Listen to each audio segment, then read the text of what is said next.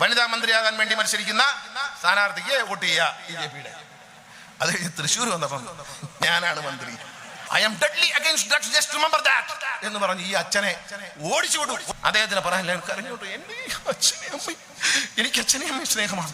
തന്റെ മകളുടെ പ്രായമുള്ള കൊച്ചിനെ രഹസ്യമായി താലി കെട്ടി കൊണ്ടുവന്നിട്ട് ഭാര്യയുടെ താലിയും പൊട്ടിച്ചു. എന്നിട്ട് തെറ്റാന്ന് തോന്നി കുറച്ച് മടുത്തപ്പോഴത്തേക്ക് എന്ത് ചെയ്ത് വീണ്ടും ഭാര്യയെ മൂകാംബിയെ കൊണ്ട് താലി കെട്ടി. ഈ മരണമെല്ലാം കഴിഞ്ഞ് വലിയ ദുഃഖമൊക്കെ കഴിഞ്ഞ് ആ മരണത്തെക്കുറിച്ച് ഒരാൾ മലയാള മനോരമ ആഴ്ചപ്പത്തിൽ 41 ലക്കം മകളുടെ ജീവിതവും മകളുടെ മരണവും ആ സെന്റിമെന്റ്സും പൈങ്കിളി ഭാഷയിൽ വിറ്റ് സൂപ്പർ സ്റ്റാർ.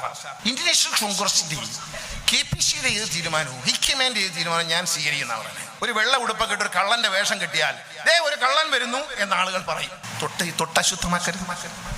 അമ്പലത്തിൽ പോകാൻ പോകുന്ന പുണ്യവാനായ എന്നെ ഈ കിളവി തൊട്ട അശുദ്ധമാക്കാൻ വരികയാണോ?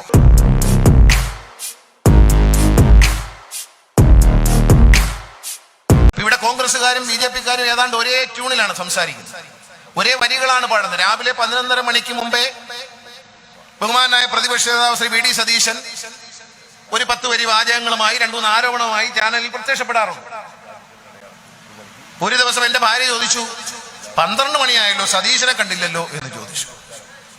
കാരണം അവർക്ക് രാഷ്ട്രീയമൊന്നും അറിയത്തില്ല. സതീശൻ എന്റെ സുഹൃത്താണെന്നറിയാം, സതീശനെ 11:30 മണിക്ക് TV കാണാമെന്നും അറിയാം. 12 ആയിട്ടും കാണാത്തോണ്ട് പറഞ്ഞു ഞാൻ മേലൊരു 10 മിനിറ്റ് വരുമെന്ന് പറഞ്ഞു. പക്ഷെ സതീശൻ 11:30 വന്നാൽ 12:15 സുരേന്ദ്രൻ വരും.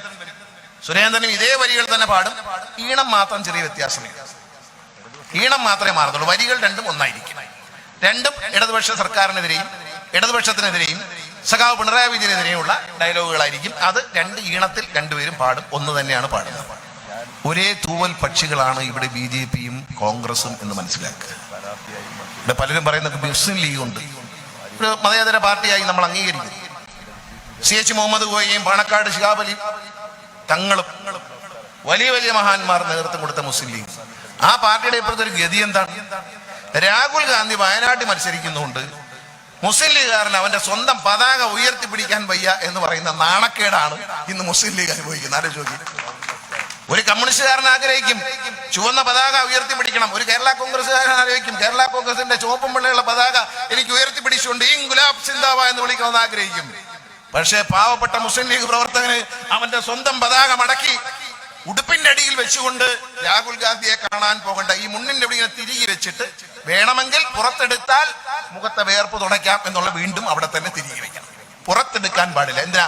കോൺഗ്രസിന്റെ കൂടെ ജീവിക്കണമെങ്കിൽ മുസ്ലിം ലീഗിന് അവരുടെ പതാക, അതായത് ഈ രാഹുൽ ഗാന്ധി മത്സരിക്കുന്ന കഴിഞ്ഞ പ്രാവശ്യം ജയിച്ച വയനാട് മണ്ഡലത്തിൽ 3 നിയോജകമണ്ഡലങ്ങൾ വയനാട് ജില്ലയിലുള്ളത് ഒഴിച്ചു കഴിഞ്ഞാൽ മുഴുവൻ നിയമമണ്ഡലങ്ങളും മുസ്ലിം ലീഗിന് മേൽക്കോയ്മയുള്ള മണ്ഡലങ്ങളാണ്. മുസ്ലിം ലീഗിന്റെ വോട്ടാണ് ഈ 3.5 ലക്ഷം രൂപ വോട്ട് വാങ്ങി ഭൂരിപക്ഷം വാങ്ങി രാഹുൽ ഗാന്ധി ജയിച്ചത്. ആ മുസ്ലിം ലീഗിന് BJP-ക്കാർ കോൺഗ്രസിന് പഴിചാരും. മുസ്ലിം ലീഗിന്റെ കൊടി കണ്ടാൽ പാകിസ്ഥാന്റെ കൊടി പോലെ ഉണ്ട് എന്ന് വടക്കേ ഇന്ത്യയിൽ പ്രചരിപ്പിക്കും. അതുകൊണ്ട് കോൺഗ്രസിന് നഷ്ടം വരും, അതുകൊണ്ട് നിങ്ങൾ കൊടി വെടിയിലെടുക്കരുത് എന്ന് പറയാം. ഈ മുസ്ലിം ലീഗിന് നേതാക്കന്മാർക്ക് ഇനിയും നാണമില്ല. അണികൾ അവരാകെ അസ്വസ്ഥരാണ്. ഒരു പാർട്ടി പ്രവർത്തകന്റെ അവകാശമാണ് അവന്റെ പതാക.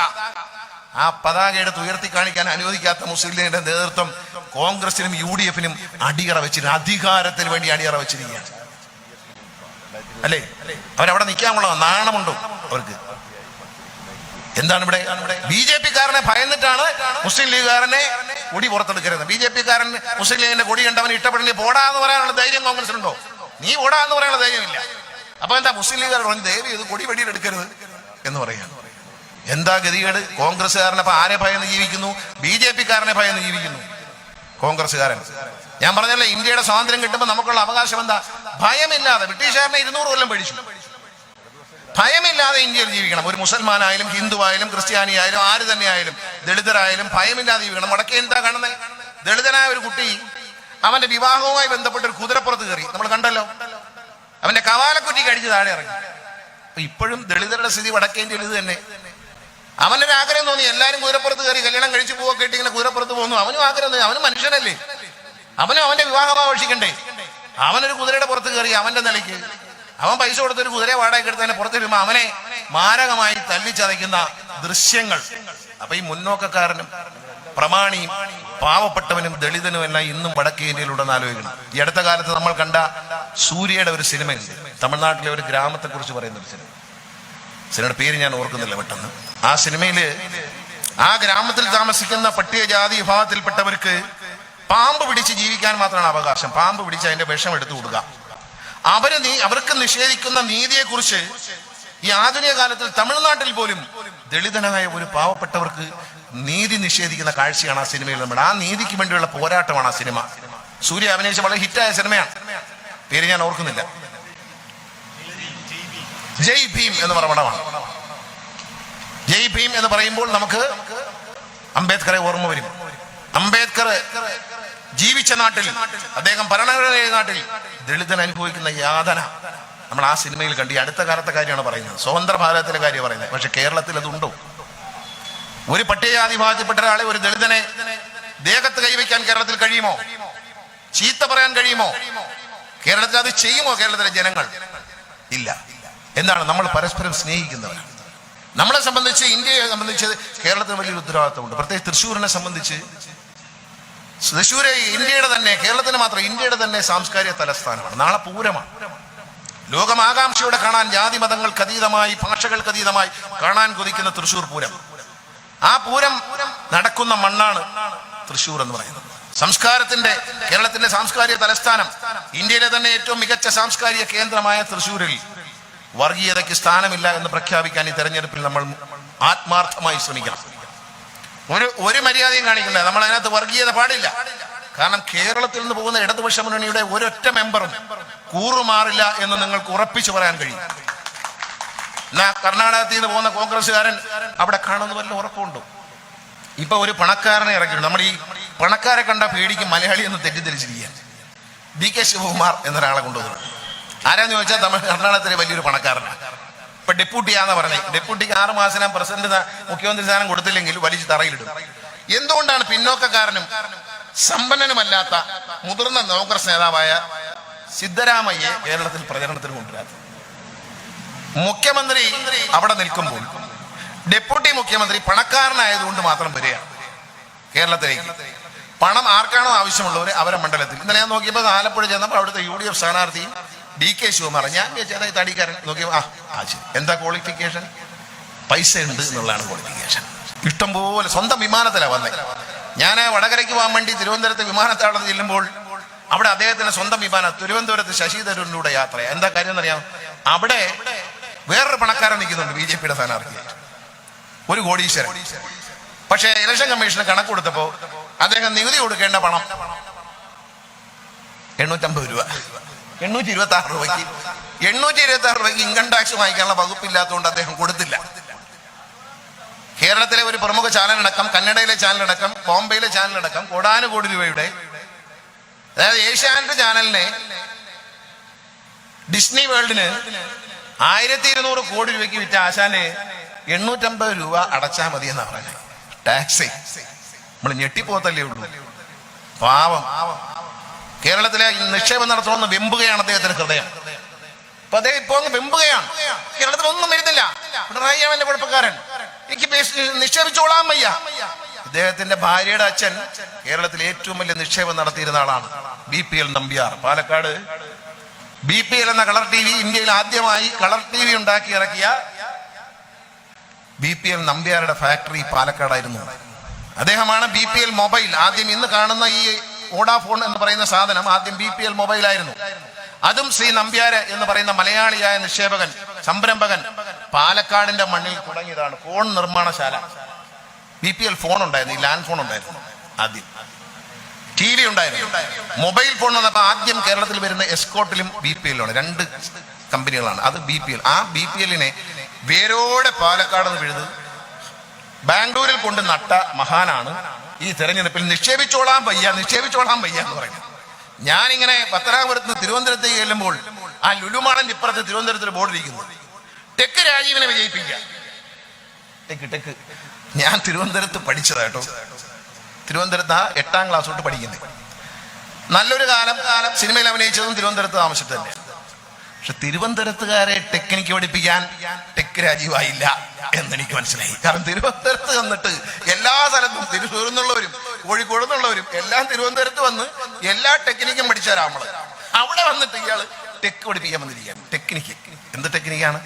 നിക്ഷേപം വരാത്തോണ്ട് കേരളത്തിൽ നിക്ഷേപം വരാത്തോണ്ട് ദണ്ണ എന്ന ഒരു 2 കോടി രൂപയുടെ നിക്ഷേപം അദ്ദേഹം കേരളത്തിൽ നടത്തിയിട്ടുണ്ട്. പക്ഷെ നടത്താൻ ഇനി പറ്റത്തില്ല. 850 രൂപയല്ലേ ഉള്ളൂ ടാക്സ് കൊടുക്കാൻ. ഈ 850 രൂപ വെച്ച് ഒരു മോതിരം പോലും കിട്ടത്തില്ല. ഒരു പണയുടെ ഒരു മോതിരം പോലും കിട്ടത്തില്ല. ഇതുപോലുള്ള ആളുകൾ ഇറങ്ങിയിരിക്കുക. തൊലിക്കട്ടി എന്ന് പറയുന്നത് BJP-കാരെ സംബന്ധിച്ച് പറഞ്ഞാൽ കേരളത്തിൽ കാണ്ടാമൃഗം. ഇന്നലെ ആലപ്പുഴ പ്രസംഗിച്ചപ്പോൾ ഒരു സഹോദരിമാരുണ്ട് പറഞ്ഞ് കാണ്ടാമൃഗത്തിന് തൊലിക്കട്ടി എന്ന് പറയരുത് എന്ന് പറഞ്ഞിട്ടുണ്ട്. ഞാൻ പറഞ്ഞാൽ അതെന്താ, ഞങ്ങൾക്ക് അഭിപ്രായ വ്യത്യാസം ഉണ്ടെന്ന് പറഞ്ഞു. എന്താ കാര്യം? അവിടെയൊക്കെ ബോർഡ് വെച്ചിട്ടുണ്ട്, മന്ത്രിയാകാൻ മത്സരിക്കുന്ന NDA സ്ഥാനാർത്ഥി തിരുവനന്തപുരത്ത് വെച്ചിട്ടുണ്ട്. ഇദ്ദേഹം രാജീവ് ചന്ദ്രശേഖരൻ, അദ്ദേഹം തിരുവനന്തപുരത്ത് നിന്ന് മന്ത്രിയാവുന്ന പറഞ്ഞു. അദ്ദേഹം ഇപ്പോഴും മന്ത്രിയായി, ഇനി ഇതിനേക്കാളും വലിയ മന്ത്രിയാവും. ചെറങ്ങഴി ചെന്നപ്പോൾ അവിടെ മത്സരിക്കുന്ന NDA സ്ഥാനാർത്ഥി പറഞ്ഞു ഞാനാ മന്ത്രി എന്ന് പറയുന്നു. ഈ മന്ത്രിസഭ എത്ര പേരാ? അപ്പൊ സുരേന്ദ്രൻ കൊല്ലത്ത് വന്ന് പറയുന്നു കൊല്ലത്ത് മത്സരിക്കുന്ന ആളാണ് മന്ത്രി. ഇന്ന് അയാൾ തിരുത്തിയിട്ടുണ്ട്. ഗണേഷ് കുമാർ വെറുതെ പറയുന്ന ജയിച്ചാൽ ഞാൻ മന്ത്രിയാ എന്ന് കരഞ്ഞുകൊണ്ട് പറയുക കൊല്ലത്തുനിന്ന്. ആലപ്പുഴ വന്നപ്പോ അതെല്ലാം കഴിഞ്ഞ് വനിതാ മന്ത്രിയായി മന്ത്രിയായിട്ട് മത്സരിക്കുക. ഞാനും രാഷ്ട്രീയമൊക്കെ മത്സരിച്ചിട്ടുണ്ട്. MLA ആയിട്ട് മത്സരിക്കാറുണ്ട്, പഞ്ചായത്ത് മെമ്പറായിട്ട് മത്സരിക്കാറുണ്ട്, പഞ്ചായത്ത് പ്രസിഡന്റായിട്ട് മത്സരിക്കാറില്ല. പക്ഷെ നാണം എന്ന് പറയുന്നത് നമ്മുടെ അടുത്ത് പലരും പറയും ഇലക്ഷൻ കഴിക്കുമ്പം കേരള കോൺഗ്രസ് പാർട്ടിയാണ്, ഞാൻ മുന്നണിയിലുണ്ട്, അപ്പൊ സ്വാഭാവികമായിട്ടും ജയിച്ചു വന്നാൽ സാറ് മന്ത്രിയാകുമല്ലോ എന്നൊരു LDF സർക്കാർ വന്നാൽ സാറ് മന്ത്രിയല്ലയോ എന്നൊക്കെ പറയും. അങ്ങനെ നിർബന്ധമൊന്നുമില്ല. പക്ഷേ ഇത് പറയുമ്പോൾ നമുക്കൊരു നാണം. അങ്ങനെ മന്ത്രിയാവാനല്ല, നമ്മൾ ജനങ്ങളോട് MLA ആവാൻ വന്നാൽ. ഞാൻ സിനിമയിൽ അഭിനയിച്ചുകൊണ്ടിരുന്ന ഞാൻ രാഷ്ട്രീയത്തിൽ വന്ന മന്ത്രിയാവാനല്ല, MLA ആവാൻ. പക്ഷെ വന്നപ്പോൾ നേരെ അങ്ങ് മന്ത്രിയായി എന്നുള്ളത് എൻ്റെ ഒരു തലയിലെഴുത്ത്, ദൈവത്തിന്റെ ഒരു തീരുമാനം 2001. പക്ഷേ ഇവിടെ അങ്ങനെയല്ല, ബോർഡ് വെച്ചേക്കുക വനിതാ മന്ത്രിയാകാൻ വേണ്ടി മത്സരിക്കുന്ന സ്ഥാനാർത്ഥിക്ക് വോട്ട് ചെയ്യുക BJP-യുടെ. അത് കഴിഞ്ഞ് തൃശ്ശൂർ വന്നപ്പം ഞാനാണ് മന്ത്രി. ഇവിടെ നെഞ്ചത്തടിച്ച് പറയുക ഞാനാണ്, യുവമാരൊന്നുമല്ല, ഈ അലവലാദികളൊന്നുമല്ല, ഞാനാണ് മന്ത്രി. സുരേന്ദ്രൻ വയനാട്ടിൽ നിന്ന് പറയുന്നു ഞാനാണ് മന്ത്രി. അങ്ങനെ സുരേന്ദ്രൻ പറഞ്ഞു ഗണപതി വട്ടം. ഞാൻ പറഞ്ഞു സുരേന്ദ്ര, എനിക്ക് സുരേന്ദ്രന്റെ നമ്പർ അറിയത്തില്ല, ഞാൻ പലരോടും ചോദിച്ചൊന്ന് വാങ്ങിച്ചിട്ട് ഒന്ന് വിളിക്കാമെന്ന് വിചാരിച്ചു. ഒരു ചെറിയ ആനുകൂല്യം ചെയ്താൽ നന്നായിരുന്നു. ഈ ഗണപതി വട്ടം എന്നുള്ളത് ഗണേശവട്ടം എന്നൊന്നാക്കി തന്നാൽ ഞാൻ രക്ഷപ്പെട്ടു. കാരണം എനിക്ക് പിന്നെ ചത്താലും പ്രതിമ വെക്കണ്ടല്ലോ, ഞാൻ ചത്ത പ്രതിമ വെക്കണ്ടല്ലോ. ഒരു സ്ഥലത്തിന്റെ പേര് ഗണേശവട്ടം എന്ന് മാറ്റി കിട്ടി. ഇത് വട്ടമല്ല, ഇത് വട്ടമുള്ളതുകൊണ്ട് പറയുന്ന ഈ മാറ്റാമെന്നുള്ള നടക്കുന്ന കാര്യമല്ല. ഏതായാലും മാറ്റുന്നത്. എൻ്റെ അച്ഛൻ എനിക്ക് പേരിട്ടത് കൊട്ടാരക്കര ഗണപതിയുടെ പേരാണ് ഇട്ടത്. കൊട്ടാര ഗണപതിയുടെ പേരാണല്ലോ ഗണേശൻ, തെറ്റില്ല. ഗണപതി വട്ടത്തിന് വരെ ഗണേശ വട്ടം നിട്ടാൽ 2 കൂട്ടർക്കും ഒരു സന്തോഷമായി. അങ്ങനെ സുരേന്ദ്രനെ ഒന്ന് കാണാനിരിക്കുകയാണ്. ഈ കാര്യത്തിൽ ഒരു അഭ്യർത്ഥന കൊടുക്കാൻ വേണ്ടി ഈ രാജ്യത്തെ ജനങ്ങളെ കളിപ്പിക്കുകയാണ്. പൗരത്വ നിയമം ഇപ്പൊ കോൺഗ്രസ്സുകാരും ചോദിക്കുന്നു, BJP-കാരും ചോദിക്കുന്നു, ഈ പൗരത്വ നിയമം ഇന്ത്യയിൽ വന്നുകൊണ്ടുകൊണ്ട് ഈ പിണറായി വിജയൻ എന്ത് വേണമെന്നാണ് ചോദിക്കുന്നത്. ഈ മുഖ്യമന്ത്രി പറയുന്നത് ഇവിടെ നടപ്പിലാക്കത്തില്ല എന്ന് പറയുന്നു. അങ്ങേർക്ക് എന്ത് കാര്യം? നിങ്ങളൊന്ന് കാര്യം മനസ്സിലാക്കണം. നമ്മൾ ഈ പൗരത്വ നിയമം നടപ്പിലാക്കിയ തെറ്റെന്നൊക്കെ LDF-ഉം പ്രസംഗിച്ച് പോകാറുണ്ട്. ഇതിന്റെ ഉള്ളിൽ ഒരു ചെറിയ രഹസ്യം ഇരിക്കും. ആ രഹസ്യം മനസ്സിലാക്കിയാൽ നിങ്ങൾ മനസ്സിലാവും എന്താണ് പൗരത്വ നിയമം. ആ പൗരത്വ നിയമത്തിൽ എല്ലാവർക്കും അറിയാമെന്ന് എനിക്ക് തോന്നുന്നില്ല, ചിലർക്കെങ്കിലും അറിയാം. ഈ പൗരത്വ നിയമത്തിന് അനുബന്ധമായ ഒരു പൗരത്വ രജിസ്റ്റർ എന്നൊരു ബുക്കുണ്ട്. ആ ബുക്കിൽ എല്ലാ പൗരന്റെയും പേരെഴുതും. അതിൽ ഇപ്പം ഇരിഞ്ഞാലക്കുട താമസിക്കുന്ന ഒരു മുസ്തഫ അല്ലെങ്കിൽ ഒരു അഹമ്മദ് എഴുതുകയാണ്, ഞാൻ ഇന്ത്യയുടെ പൗരനാണ്, അഹമ്മദ് ഇന്ന അഡ്രസ്സ്. നമുക്കറിയാം, നമ്മള് മുമ്പ് പഞ്ചായത്ത് മെമ്പറൊക്കെ ആയിരുന്നു, ഇപ്പം മുൻ മെമ്പറാണ്, മുൻപ് പഞ്ചായത്ത് വൈസ് പ്രസിഡന്റ്, അങ്ങനെയൊക്കെ നമ്മൾ കണ്ടിട്ടുണ്ട് ആളെ.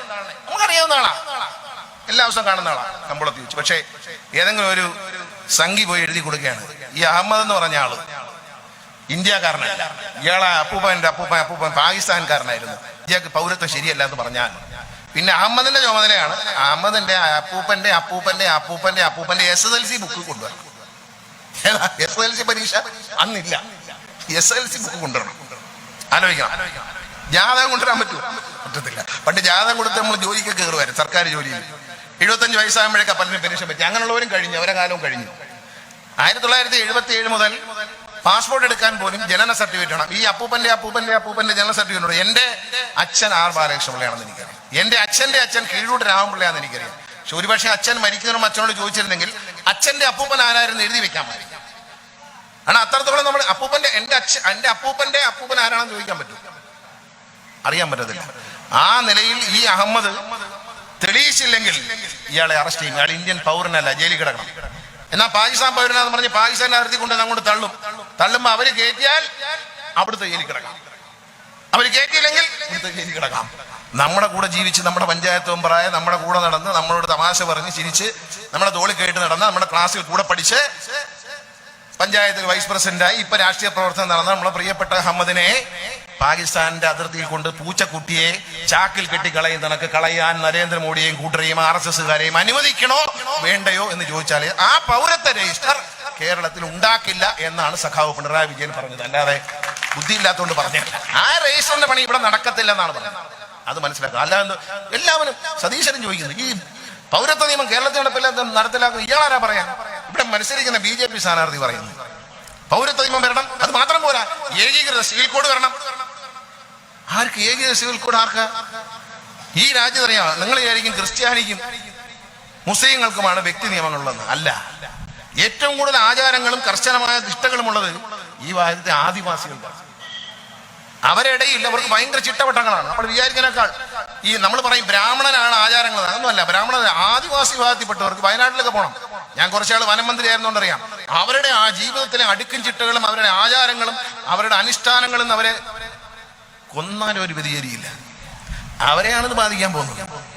ഇവരെ വിചാരം ക്രിസ്ത്യാനിയെ ബാധിക്കുന്നത്, മുസ്ലിമിനെ ബാധിക്കും, അങ്ങനൊന്നുമല്ല. ഏറ്റവും പ്രധാനമായ ആചാരങ്ങളുള്ളതും ജീവിതചര്യയിൽ ചിട്ടകളുള്ളതുമായ ഒരു വിഭാഗമാണ് ആദിവാസി വിഭാഗത്തിൽപ്പെട്ട. വിവിധ വിഭാഗങ്ങളും ഓരോരുത്തരും അവരുടെ ഓരോ വിഭാഗത്തിനും പ്രത്യേകമായ അനുഷ്ഠാനങ്ങളും ആചാരങ്ങളും.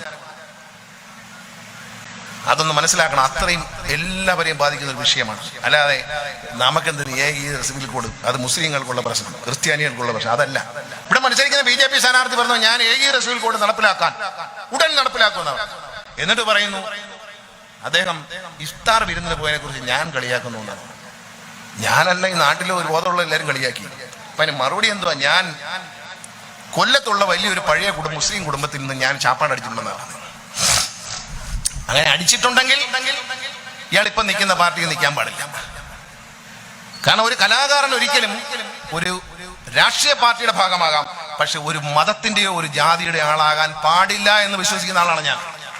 ഞാൻ പറയുന്നില്ല, ഞാൻ ഉടുത്തിരിക്കുന്ന ഈ ഷർട്ടും കയ്യിലിട്ടിരിക്കുന്ന ഈ വളയും വാച്ചും മോതിരവും ഉടുത്തിരിക്കുന്ന മുണ്ടും ഉപയോഗിക്കുന്ന വാഹനവും അതിലടിക്കുന്ന പെട്രോളും ഈ രാജ്യത്തെ ഹിന്ദുവും ക്രിസ്ത്യാനിയും മുസൽമാനും ദളിതരും സർവ്വമതസ്ഥരും എന്റെ സിനിമകൾ കണ്ടപ്പോൾ എന്റെ പ്രൊഡ്യൂസർ കിട്ടിയ ഓഹരിയുടെ ഒരംശം മാത്രമാണെന്ന് അഭിമാനത്തോടെ പറയാൻ എനിക്ക് കഴിയും. ഞാൻ എന്റെ സിനിമ കാണാൻ എല്ലാവരും പറയണം. ഞാൻ പക്ഷെ ഹിന്ദുവാണ് എന്ന് പറഞ്ഞ് ഇറങ്ങിയിറങ്ങേണ്ടി എന്റെ സിനിമ. അപ്പൊ ആരാണ് മാന്യൻ? ഈ BJPയിൽ പോയി ചേർന്ന അധികാരത്തിന് വേണ്ടി നിൽക്കുന്ന ആളാണോ മാന്യൻ? ജനങ്ങളാണോ മാന്യൻ? കഴിഞ്ഞ 2 ആഴ്ച ഇറങ്ങിയ അയാളുടെ പടത്തിനും ഹിന്ദുവും ക്രിസ്ത്യാനിയും മുസ്ലിം എല്ലാം കയറി പടം കണ്ടു. ഒരു കലാകാരനല്ലേ എന്ന് വിചാരിച്ചു. ആ മര്യാദ തിരിച്ചിങ്ങോട്ട് വേണ്ടി, കേരളത്തിലെ ഹിന്ദുക്കളെ മാത്രം പടം കണ്ടാൽ മതിയാടെ മതിയെങ്കിൽ അതങ്ങ് പ്രഖ്യാപിക്കേ. അത് പ്രഖ്യാപിച്ചോ? ഒരു കലാകാരന് ജാതി ചിന്തകൾ പാടില്ല.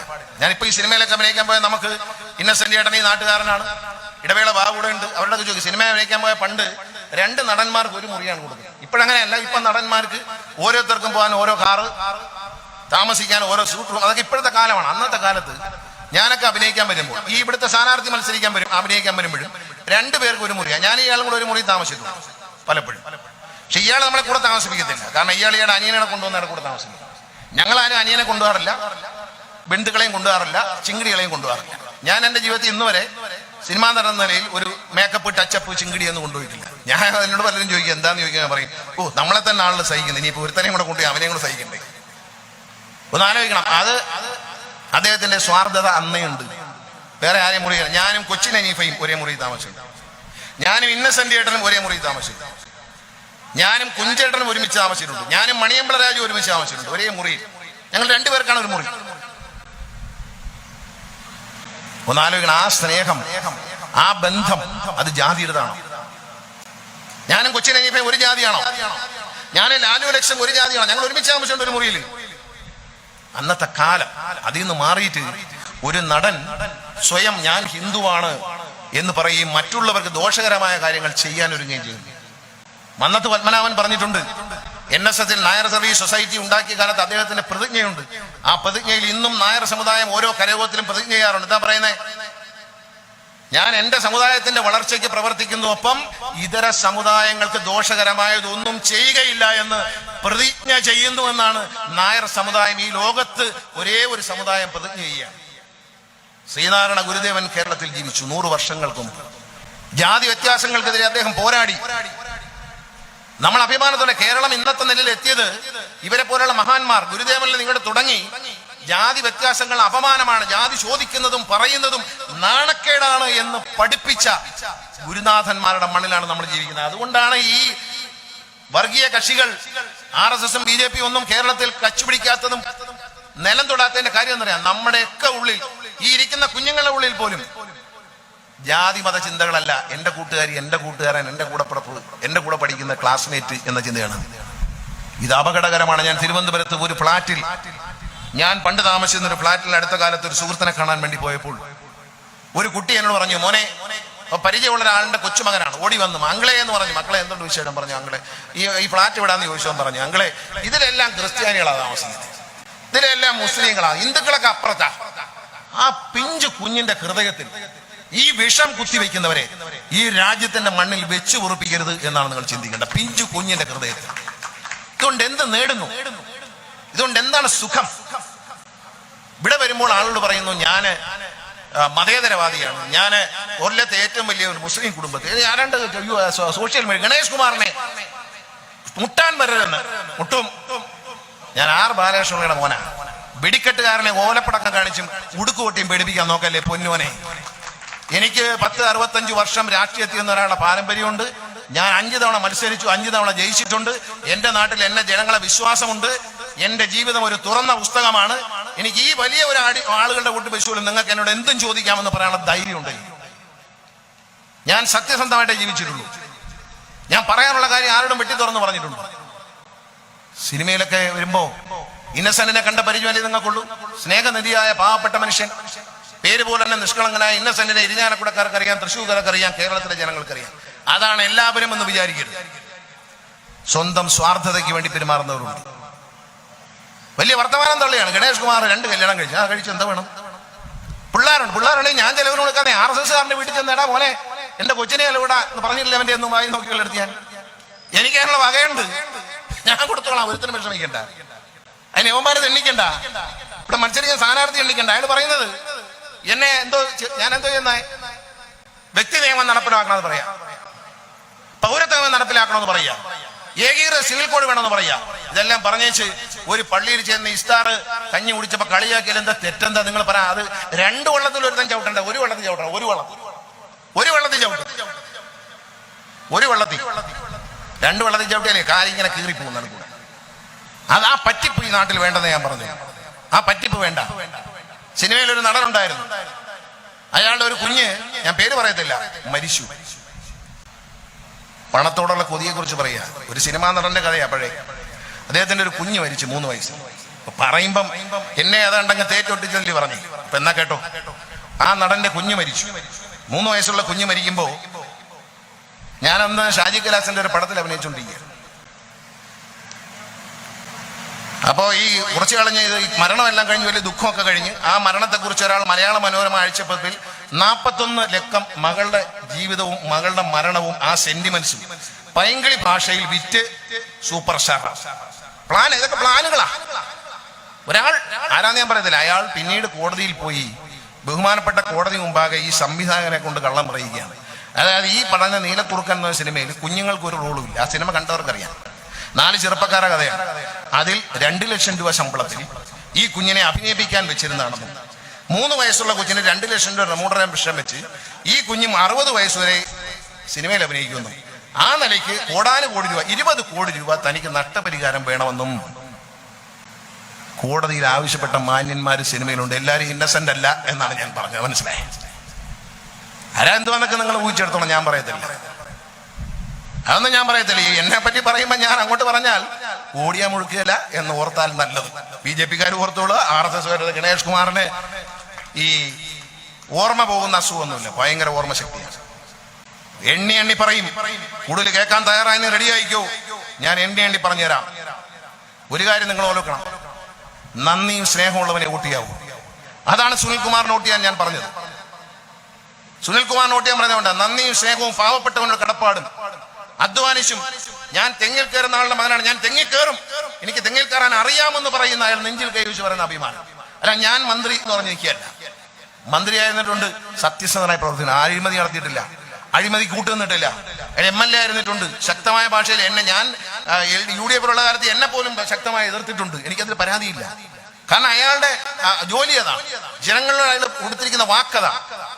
പാർലമെന്റിൽ പോയാൽ അവിടെ വർഗീയ ശക്തികൾ അധികാരത്തിൽ വരാതിരിക്കാനുള്ള എല്ലാ നടപടിയും എടുക്കാൻ സുനിൽകുമാറിന് കഴിയും എന്ന് മനസ്സിലാക്കുക. ഇവിടെ പൗരത്വ നിയമം കൊണ്ടുവന്നു, കോൺഗ്രസ്സുകാർ ഒരു ബഹളം വെച്ച് അടിച്ച ചെങ്ങ് പോയി. എന്താ പറയുക, എന്റെ കൂടെ പോയി ചീറി എന്നെ സാരി പിടിച്ചു വലിച്ചു, അയ്യോ. എന്നിട്ട് പുറത്ത് പോയി ഗാന്ധി പ്രതിമയുടെ മുമ്പിലേക്കും. അവിടെ ആരും വന്ന് അടിക്കത്തില്ല, കാരണം ഗാന്ധിജി സമാധാനത്തിന്റെ കാവൽപ്പടനാണ്. അദ്ദേഹത്തിന്റെ പ്രതിമയുടെ താഴെ പോയി നിന്നിട്ട് രാഹുൽ ഗാന്ധിയും കൂടെ വരും, ഒരു സെൽഫി എടുക്കും പോകും. രാഹുൽ ഗാന്ധി എന്നെ കേരളത്തിൽ വന്ന് മത്സരിച്ച 18 സീറ്റിലും കഴിഞ്ഞവണ കേരളത്തിലെയും ബഹുഭൂരിപക്ഷ സീറ്റിലും 19 സീറ്റിലും LDF പരാജയപ്പെട്ടു. നമുക്കതിന് പരാതിയില്ല. കാരണം എന്താ അറിയോ, അന്ന് പറഞ്ഞു രാഹുൽ ഗാന്ധി ഇവിടെ നിന്ന് മത്സരിച്ചാൽ അദ്ദേഹം പ്രധാനമന്ത്രിയാണ്. നരേന്ദ്രമോദിക്കെതിരെ അദ്ദേഹം വരികയും കോൺഗ്രസ് ഒറ്റ കക്ഷിയായി മാറിയാൽ അദ്ദേഹത്തെ പ്രധാനമന്ത്രിയാകാൻ വിളിക്കും. അങ്ങനെ വന്നാൽ മാത്രമേ അദ്ദേഹത്തെ പ്രധാനമന്ത്രിയാകാൻ വിളിക്കത്തുള്ളൂ.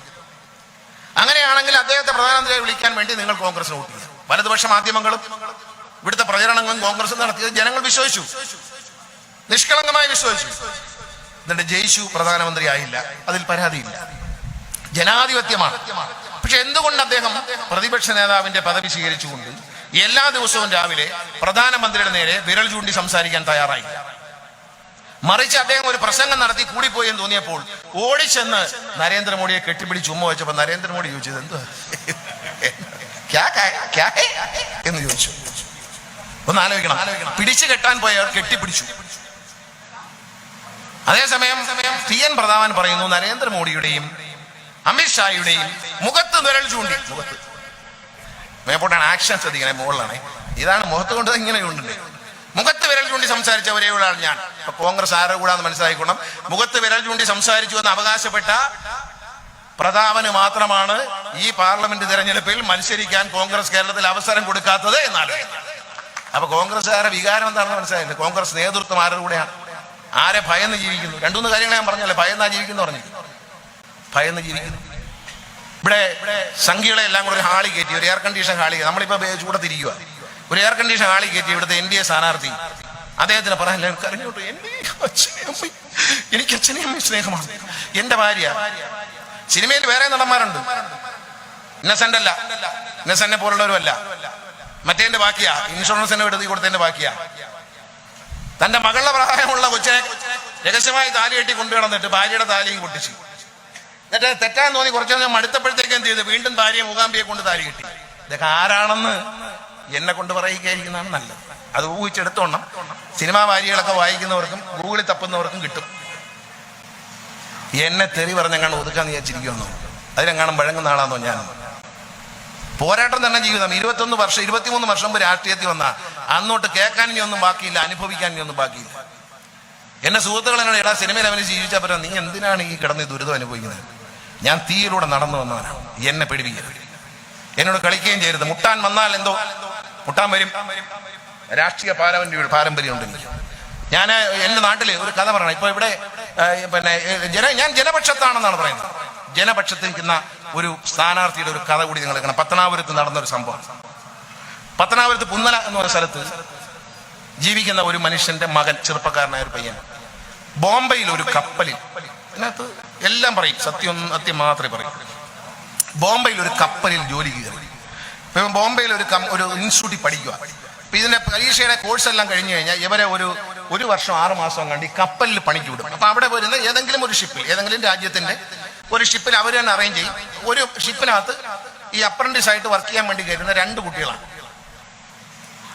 ഈ പയ്യനും ഡൽഹി സ്വദേശിയായ ഒരു പയ്യനും കൂടി ഈ കമ്പനി ബോംബെയിൽ നിന്ന് ഇവനെ ഇൻസ്റ്റിറ്റ്യൂട്ടുകാർ കപ്പലിൽ കയറ്റി. ഈ കപ്പലിനെ സൊമാലിയൻ കണക്കുള്ളക്കാർ തട്ടിക്കൊണ്ടുപോയി കുറച്ച് ദിവസം കഴിഞ്ഞിട്ട് എന്തോ മോചന ദേവിയൊക്കെ കൊടുത്ത് ഈ കമ്പനിക്കാർ കപ്പൽ മോചിപ്പിച്ചു. ഈ കപ്പൽ കെനിയയിൽ പോയി എടുത്തപ്പോൾ കെനിയൻ പോലീസ് ഈ കപ്പലിനകം പരിശോധിച്ചു. ഇതിന്റെ എഞ്ചിൻ റൂമിന്റെ ഉള്ളിൽ മയക്കുമരുന്നുണ്ടായിരുന്നു. അത് പിടിച്ചു. ഈ പയ്യനതായിട്ടൊരു ബന്ധമില്ല കേട്ടോ. പയ്യൻ ഇതിനകത്ത് സഹായിയായിട്ട് പഠിക്കാൻ പോയതാ.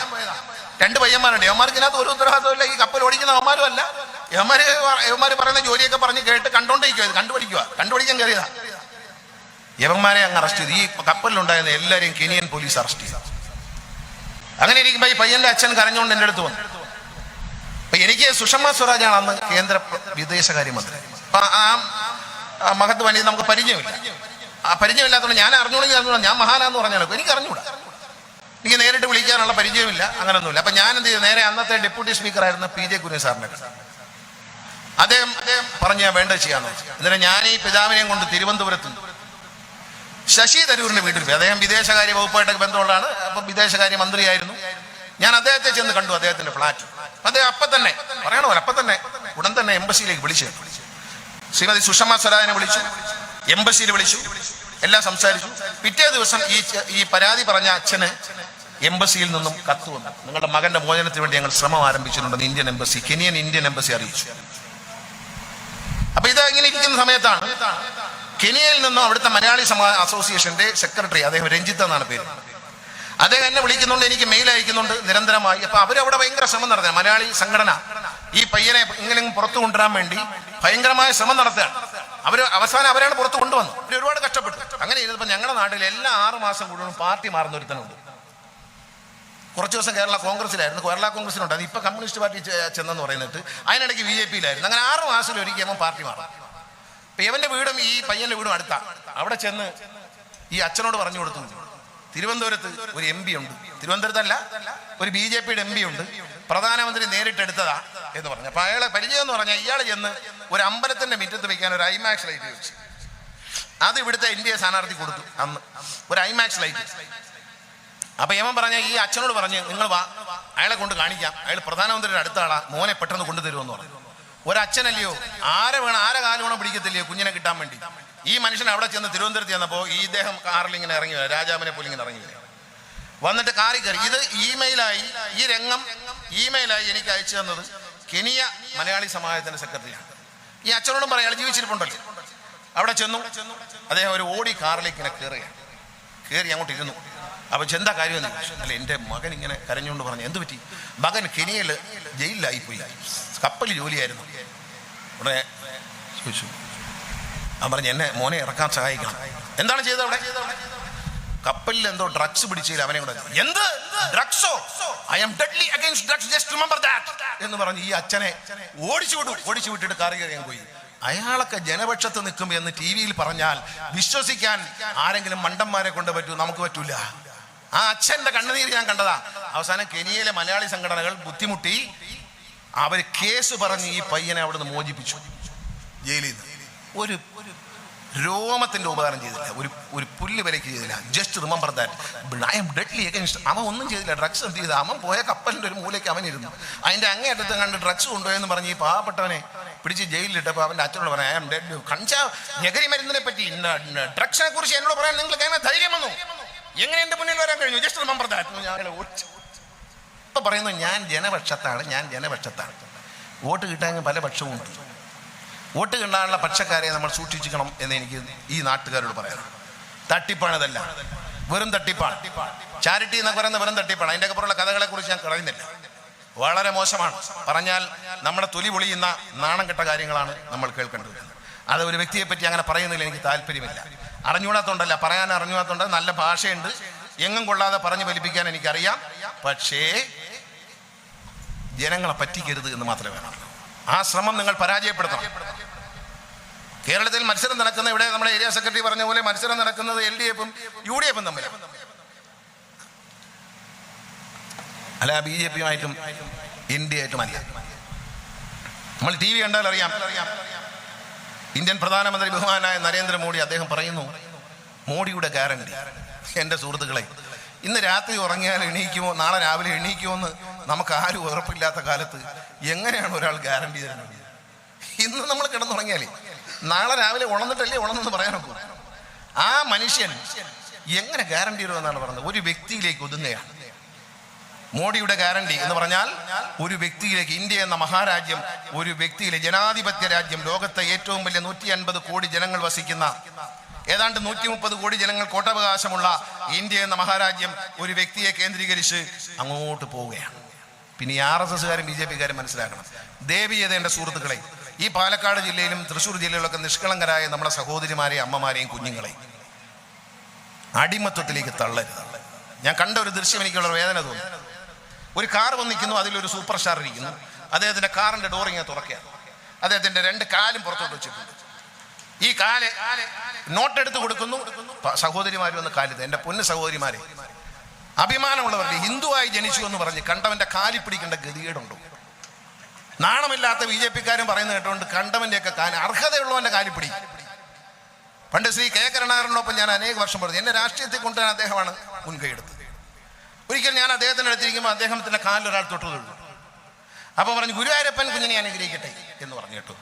അതിനെ ഗുരുവായൂരപ്പൻ അനുഗ്രഹിക്കട്ടെ. ഞാൻ ലീഡർ എന്താ എപ്പോഴും ഇങ്ങനെ ഗുരുവായൂരപ്പൻ നമുക്ക് അനുഗ്രഹിക്കാൻ എന്ത് യോഗ്യത? നമ്മുടെ കാലത്ത് മനുഷ്യന്റെ കാലത്തോട്ടുവിടാൻ മനുഷ്യൻ ആരാണ്? ഒന്നുമല്ല. അപ്പൊ അങ്ങനെ ഞാൻ ഈ പൈസ എത്ര, ഒരു 1000 വെച്ചെങ്കിലും ഒരു കാലത്തോടല്ല 1000 രൂപയെങ്കിലും കൊടുത്തു കാണും, അല്ലെങ്കിൽ 500 കൊടുത്തു കാണും എന്ന് ഞാൻ വിചാരിച്ചു. വലിയ സൂപ്പർ സ്റ്റാറാണ്, കോടീശ്വരനാണ്, വലിയ പൈസ ഉണ്ട്, എല്ലാവർക്കും ഇങ്ങനെ പെൻഷനൊക്കെ. അമ്മച്ചി പിണറായി വിജയൻ പെൻഷൻ തന്നില്ലേ? ഇനി അടുത്ത 1.5 കൊല്ലത്തേക്ക് TV വരണം കേട്ടോ. TV-യിലെ സോഷ്യൽ മീഡിയയിൽ വന്നാൽ മാത്രമേ അദ്ദേഹം സംഭാവന കൊടുക്കത്തുള്ളൂ. അടുത്ത 1.5 കൊല്ലത്തേക്ക് അമ്മച്ചിയുടെ പെൻഷൻ ഞാൻ അനുവദിച്ചിരിക്കും, ഞാൻ തരും. ഇടയ്ക്ക് പ്രസംഗിക്കുന്ന ഒരു കരുവണ്ണൂർ ബാങ്കിന്റെ കേസ് വന്നോ പറഞ്ഞിട്ട്, എല്ലാ സഹകരണ ബാങ്കിലുമായി കേരളത്തിൽ ഏറ്റവും കൂടുതൽ തുക അടച്ചു കൊടുത്തിട്ടുള്ള മഹാനാണ് ഞാൻ. കരുവണ്ണൂർ ബാങ്കിന്റെ പറഞ്ഞൊരു ജാഥ ഉണ്ടായിരുന്നു. ജാഥയുടെ അവസാനം ജീപ്പിലായിരുന്നെങ്കിൽ ആളെ കട്ടിൽ സച്ചറിൽ എടുത്തുകൊണ്ട് കൊണ്ടി വന്നേനെ. ജീപ്പിൽ സമരഭടൻ ഇറങ്ങിയതാണ്. അവസാനം സമരഭടൻ ഇറങ്ങിയിട്ട് സമരഭടൻ എയർ കണ്ടീഷൻ മുറി ഇരുന്നിട്ട് കൊണ്ട് ഇറങ്ങി വന്നാണ്. സമരഭടൻ കുറച്ചങ്ങോട്ട് വേർത്ത് മഴയും കൂടെ നനഞ്ഞപ്പോഴത്തേക്കും സമരഭടന്റെ അണ്ടകടാകം ഇളകിപ്പോയി. സമരഭടൻ അവസാനം ജീപ്പിന്റെ കാരിയറി പിടിച്ച് ഇങ്ങനെ പോവുകയായിരുന്നു. പിന്നെ അതിലിരുന്ന് പോയാൽ പോലെ. എന്നാൽ ആദ്യമേ ഇങ്ങനെയുള്ള ബുദ്ധിമാന്മാര് മനസ്സിലാക്കണ്ടേ, നമ്മളൊരു തുറന്ന ജീപ്പിന്റെ മേളിൽ ഇരുന്നിങ്ങി വന്നാൽ വേട്ടക്കാരനാന്ന് വിചാരിക്കും, അങ്ങ് പൊയ്ക്കോളൂ എന്ന് വിചാരിക്കണം. പഴയ തമിഴ് സിനിമയിലൊക്കെ വേട്ടക്കാരൻ ഇരിക്കുന്ന ജീപ്പിന്റെ ഫ്രണ്ടില്ല. അപ്പൊ ബോണറ്റിന്റെ പുറത്തിരുന്നങ്ങ് പോയാൽ മതിയായിരുന്നു. പരമാവധി മോട്ടോർ വെഹിക്കിളുകാർ ഒരു കേസെടുക്കും, മോട്ടോർ സൈക്കിൾ ബോണറ്റിന്റെ പുറത്തിരുന്നും പറഞ്ഞു. എത്ര കേസാ! പോണ്ടിച്ചേരി കൊണ്ടുവന്ന് വണ്ടി രജിസ്റ്റർ ചെയ്തിട്ട് കണ്ടവന്റെ വീട് എൻ്റെ ആണെന്നും പറഞ്ഞ് ടാക്സ് വെട്ടിച്ചിട്ട്, അത് ഇതുപോലെ മറ്റേ ഇൻഷുറൻസ് പോലെ സാധനമാണത്. ഇൻഷുറൻസ് എടുത്ത ഒരാളെ പറ്റി ഞാൻ പറഞ്ഞല്ലോ, കുഞ്ഞിന്റെ ഇൻഷുറൻസിന് വേണ്ടി മരിച്ചുപോയ കുഞ്ഞിനെ വിറ്റ് എന്തും വിൽക്കും. സെന്റിമെന്റ്സ്, അച്ഛനമ്മ എന്തൊക്കെയാണ് അപ്പനെ. ബാക്കിയുള്ളവർക്കൊന്നും അച്ഛനും അമ്മയില്ലേ?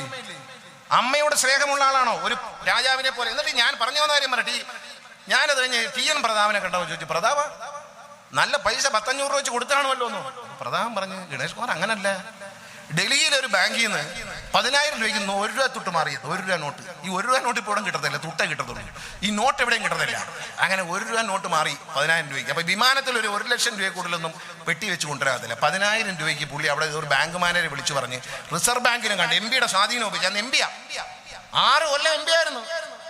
അതിപ്പോ ഇവിടെ ഉള്ളവർ മറന്നുപോയിരുന്നു. 6 കൊല്ലം നോമിനേഷൻ പോലും കൊടുക്കാതെ 10,000 രൂപ കെട്ടിവെക്കാതെ പ്രധാനമന്ത്രി നേരിട്ട് നോമിനേറ്റ് ചെയ്യുമെന്ന് പറഞ്ഞ ഇദ്ദേഹം MP ആയിരുന്നു.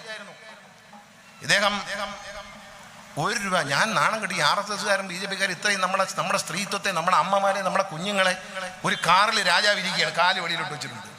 അദ്ദേഹത്തിന്റെ കാലിൽ തൊട്ട് വന്ന് എല്ലാവരും കൊടുത്തു. ഇത് എത്ര കൊടുത്തെന്ന് പ്രധാനം പറഞ്ഞപ്പോഴേ അറിഞ്ഞ 1 രൂപയാണ്.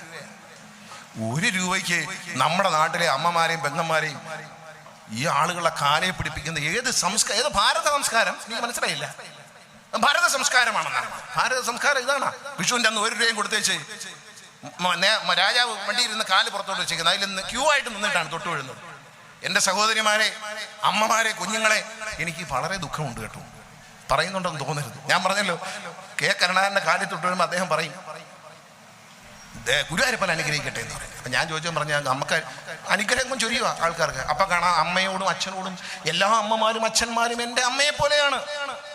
അപ്പൊ എന്താ, ഒരമ്മ വരുന്നു, മോനെ എനിക്ക് ഭയങ്കര ഇഷ്ടമാണ് കേട്ടോ സിനിമയെ കണ്ട്. അപ്പൊ ഇദ്ദേഹം അമ്പലത്തിൽ പോകാനായിട്ട് വരുക, ഒരു വലിയ രാജാവിന്റെ വേഷം കിട്ടും. തൊട്ടശുദ്ധമാക്കരുത്. അമ്പലത്തിൽ പോകാൻ പോകുന്ന പുണ്യവാനായ എന്നെ ഈ കിളവി അശുദ്ധമാക്കാൻ വരികയാണോ? പുറമോട്ട് വയ്ക്കുക. ആ അമ്മച്ചിയുടെ വോട്ട് വേണോ? ഞാൻ അറിഞ്ഞാത്തോണ്ട് ചോദിക്കുക. അവരൊന്ന് കയ്യിൽ പിടിച്ചാൽ ഉരിയിൽ പോകുന്ന അശുദ്ധമാകുന്ന ആ അമ്മയുടെ വോട്ട് വേണോ? അതുകൊണ്ട് എനിക്കൊന്നേ പറയാനുള്ളൂ, NDA സ്ഥാനാർത്ഥിയുടെ ചിഹ്നത്തിന്റെയും ഫോട്ടോയുടെയും പേരിന്റെ സൈഡിലുള്ള ആ സ്വിച്ചിൽ തൊട്ട് ദയവ് ചെയ്ത് അദ്ദേഹത്തെ അശുദ്ധനാക്കരുത് എന്നെനിക്ക് പറയാനുള്ളത്. അശുദ്ധിയെ മനുഷ്യൻ തൊട്ടാൽ ഷേക്കാൻ കൊടുക്കല്ല, ശ്രദ്ധിച്ചിട്ടുണ്ടോ? ഷേക്കാൻ കൊടുക്കത്തില്ല, ശ്രദ്ധിച്ചിട്ടുണ്ടോ? കൊടുത്താൽ അദ്ദേഹത്തിന്റെ ഐശ്വര്യം നമ്മളിലേക്ക് ഇറങ്ങിപ്പോകുന്ന. അങ്ങനെയാണ് എനിക്കൊരു ഐശ്വര്യം കാണത്തില്ല. രാവിലെ എണീച്ച ഒരു 150 ഷേക്കാൻ്റെങ്കിലും കൊടുക്കും മിനിമം. ഷേക്കാൻ്റെ കൊടുക്കാതെ ജീവിക്കാൻ പറ്റുമോ? ഇവിടെ ഇരിക്കുന്ന ആർക്കെങ്കിലും പറ്റുമോ? ഷേക്കാൻ്റെ കൊടുക്കത്തില്ല. ഷേഖാൻ്റെ കൊടുത്താൽ ശക്തി അങ്ങോട്ട് ഒഴുകുന്നത്. എന്തോ ഒരു ശക്തിയാണെന്നറിയാം, തേജസ് യന്ത്രം. മരിച്ച വീട്ടിൽ പോകത്തില്ല. ഇപ്പൊ ഇലക്ഷൻ ആയിട്ട് പോകുമായിരിക്കും. എൻ്റെ അച്ഛൻ മരിച്ചിട്ട് 16 കഴിഞ്ഞാൽ വന്നേ. വീടിനെ വെളിയിൽ വന്ന് ഷാ ഷൂ എന്നൊക്കെ കാണിച്ചിട്ട് അകത്തോട്ട് കയറി. കാരണം വെച്ചാൽ ഈ 16 കഴിഞ്ഞാൽ പ്രേതാത്മാവ് അവിടുന്ന് പോകും നമ്മുടെ ദേഹത്ത്. മരിച്ച വീട്ടിലെ അങ്ങനെ ഒരു സങ്കല്പമുണ്ട്. 16 കഴിഞ്ഞാൽ പ്രേതാത്മാവ് അങ്ങ് പോകും. അപ്പൊ പിന്നെ ധൈര്യമായിട്ട് വരാം. 16 മുമ്പ് വീട്ടിൽ കയറൂല. ഇപ്പൊ ഇലക്ഷനായിട്ട് മരിച്ച വീട്ടിലെ കയറുമായിരിക്കും കേട്ടോ. വോട്ടിന് ഇത് ബാധകമല്ല. ഈ അന്ധവിശ്വാസങ്ങൾ വോട്ടിന് ബാധകമാണോ? അല്ല. ഇതൊക്കെ ആരെ പറ്റിക്കാനാണ്? ഇത് ആരോടാണ് ഈ അഭിനയം? എവിടെ അഭിനയം? ക്യാമറ മുമ്പിൽ അഭിനയിക്കണം, വീട്ടിലും അഭിനയിച്ചോ, നാട്ടുകാർ മുമ്പിൽ അഭിനയിക്കുന്ന നിർത്തിക്കൊണ്ടു. അത്രേ ഞാൻ പറഞ്ഞുള്ളൂ ഇഫ്താർ വിരുന്നുമായി ബന്ധപ്പെട്ട്. ഇപ്പൊ ഇത്രേ പറയുന്നുള്ളൂ. ഇനി വേണമെങ്കിൽ സംഘികൾ റെഡിയായിക്കോ, ബാക്കി കൂടി വരും. വിത്ത് തെളിവ്. ചുമ്മാ അന്ന് ഗണേഷ് കുമാർ പറയത്തില്ല. സൂക്ഷിച്ചാൽ ദുഃഖിക്കണ്ട. വെറുതെ മറുനാടനെ കൊണ്ടൊന്ന് എഴുതിച്ച് പറയിച്ചും മുഖ്യമന്ത്രിയുടെ ആളായത് കൊണ്ടാണല്ലോ എന്നെ ചീത്ത പറയുന്നത്. കുഴപ്പമില്ല, എനിക്ക് പ്രശ്നമില്ല. ഞാനിതൊന്നും വായിക്കാറില്ല. എല്ലാ സംഖ്യകളും മനസ്സിലായിക്കോ. ഗണേഷ് കുമാറിന് ഫേസ്ബുക്ക് ഇല്ല, വാട്സാപ്പ് ഇല്ല, ആകെ ഒരു ഫോണാ, എടുക്കും വയ്ക്കും, ഒരു സാധനമില്ല. ആകെ ഒരു ഇമെയിലുണ്ട്. സർക്കാർ മന്ത്രിയായപ്പോൾ ഒരു ഇമെയിൽ തന്നെ, അത് ഞാനല്ല തുറക്കുന്ന, ഓഫീസിലാണ് തുറക്കുന്നത്. എനിക്ക് എൻ്റെ ഫോണുണ്ട്, എനിക്ക് വാട്സാപ്പില്ല, ഫേസ്ബുക്കില്ല, സോഷ്യൽ മീഡിയ സൈറ്റുകളൊന്നുമില്ല. ഞാനതൊന്നും വായിക്കാറുമില്ല, ഞാനൊട്ട് നോക്കാറുമില്ല. അതുകൊണ്ട് അവിടെ തെറി എഴുതിയെന്ന് വെച്ച് ഞാൻ കാണുന്നു. ആരാണ്ട് എന്നോട് പറഞ്ഞാൽ എനിക്കൊരു കുന്തവുമില്ല. ഈ തെറി എന്നൊക്കെ പറയുന്ന കേട്ട് തഴമ്പിച്ചതാ. രാഷ്ട്രീയത്തിൽ ഇറങ്ങിയാൽ പട്ടുമെത്തയിലൂടെ നടക്കാമെന്നും 3.5 കോടിയുടെ കാറിൽ വോട്ട് ചോദിച്ച് വരാമെന്നും വിചാരിച്ച് രാഷ്ട്രീയത്തിൽ വന്ന ആളല്ല ഞാൻ ഒരു കാപട്യവും കാണിച്ചിട്ടില്ല. നിങ്ങളവിടെ കേരള രാഷ്ട്രീയത്തിൽ നിറമുള്ള വസ്ത്രം രാഷ്ട്രീയക്കാരന് അണിഞ്ഞു തുടങ്ങിയത് ഗണേഷ് കുമാർ 2001 കേരളത്തിന്റെ നിയമസഭയിൽ വന്നതിന് ശേഷമാണ്. സത്യമല്ലേ? ആലോചിച്ചു. അന്ന് എല്ലാവരും വെള്ളയാ. ഞാൻ ആദ്യം ഇലക്ഷൻ നിൽക്കാൻ വരുമ്പോൾ എൻ്റെ അച്ഛനോട് എല്ലാവരും പറഞ്ഞു, സാറെ കതറിടാൻ പറയണമെന്ന് പറഞ്ഞു. അപ്പോൾ ഒരു ദിവസം എന്നോട് പറഞ്ഞു, ഞാൻ പറഞ്ഞു പറ്റിയല്ലെന്ന് അവർ പറഞ്ഞു. അപ്പോൾ പറഞ്ഞു കതറൊന്നും വേണ്ട, ഇത് മതി എന്ന് ഞാൻ പറഞ്ഞു. ഇതിപ്പോൾ എല്ലാവരും കാണുന്ന വേഷമില്ല. അപ്പം അച്ഛൻ എന്നെ വിളിച്ചിട്ട് ചോദിച്ചടാ കതറിടണമെന്ന് അവർ പറയുന്നല്ലോ എല്ലാവരും.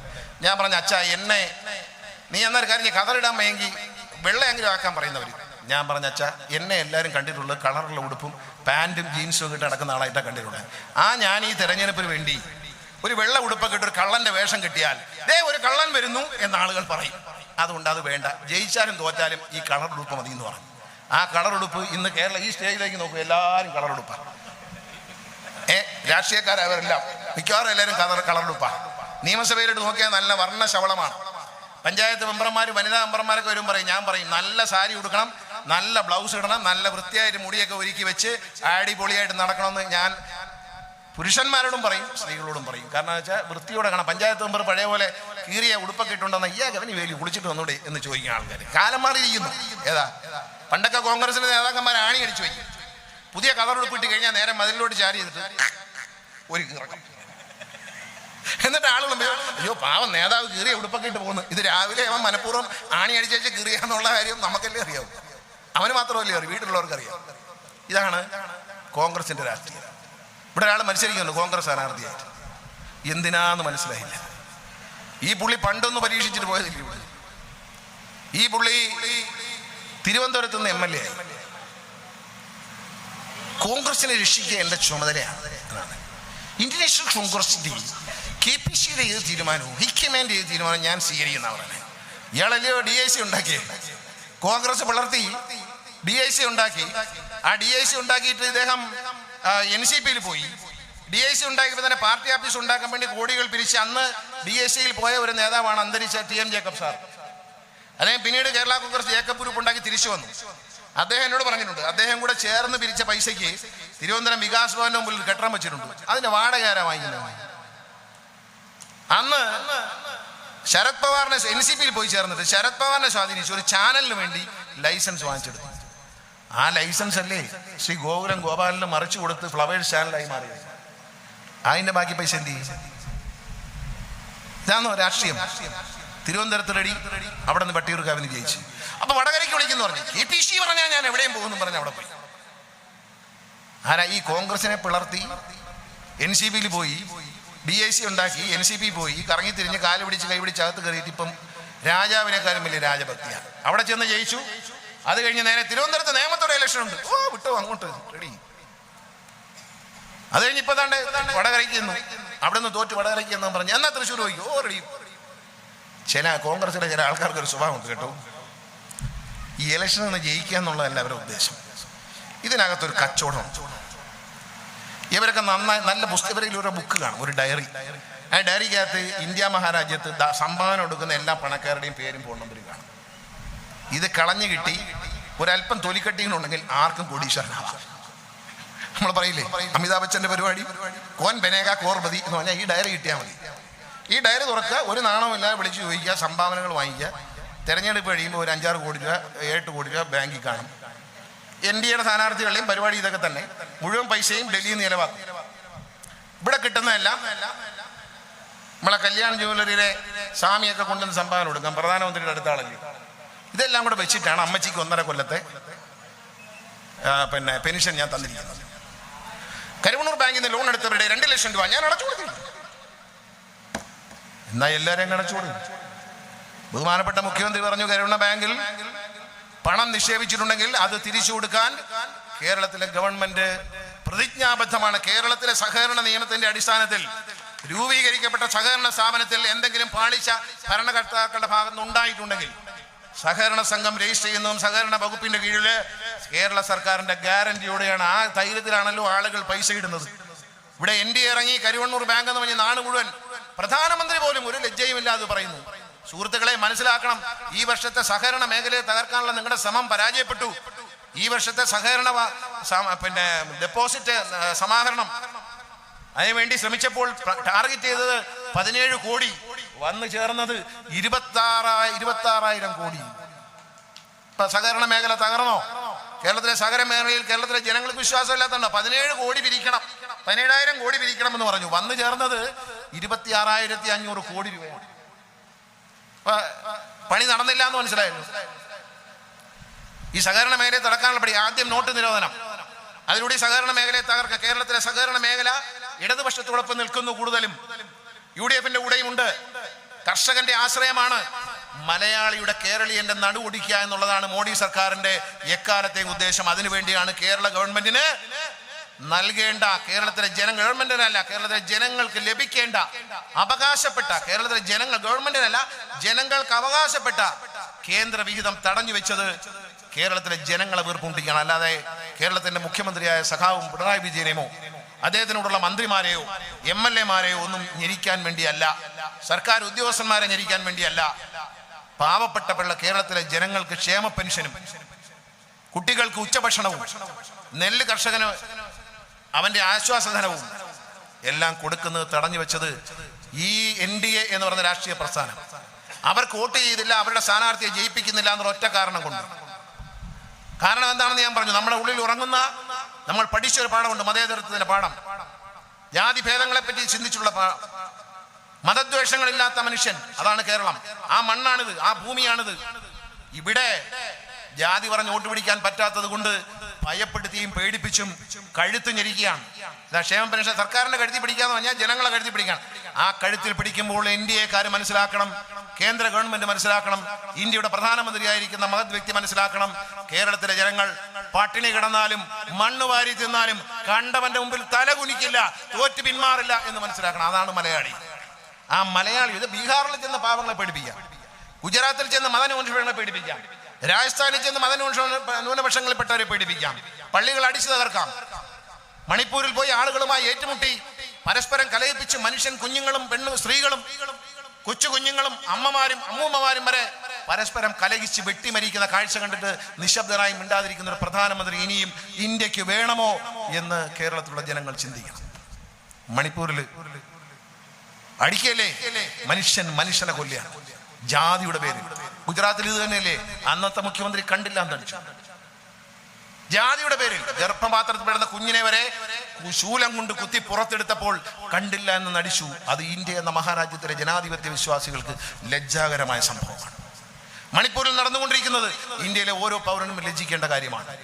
ഇന്ത്യയിലെ ക്രിസ്ത്യാനിയാകട്ടെ, മുസൽമാനാകട്ടെ, ബ്രാഹ്മണനാകട്ടെ, ആരുമാകട്ടെ, ഇന്ത്യയിലെ ദളിതനാകട്ടെ, ഇന്ത്യയിൽ ഭയന്നാണ് ജീവിക്കുന്നതെന്ന് പറഞ്ഞാൽ ഈ ഇരിക്കുന്ന നമ്മളിൽ ഓരോരുത്തരും ലജ്ജ കൊണ്ട് തലകുനിക്കണം എന്ന് എനിക്ക് പറയാനുള്ളൂ. അങ്ങനെ തലകുനിക്കാൻ നമ്മൾ തയ്യാറാണോ എന്ന് ഈ തെരഞ്ഞെടുപ്പിൽ ആലോചിക്കുക.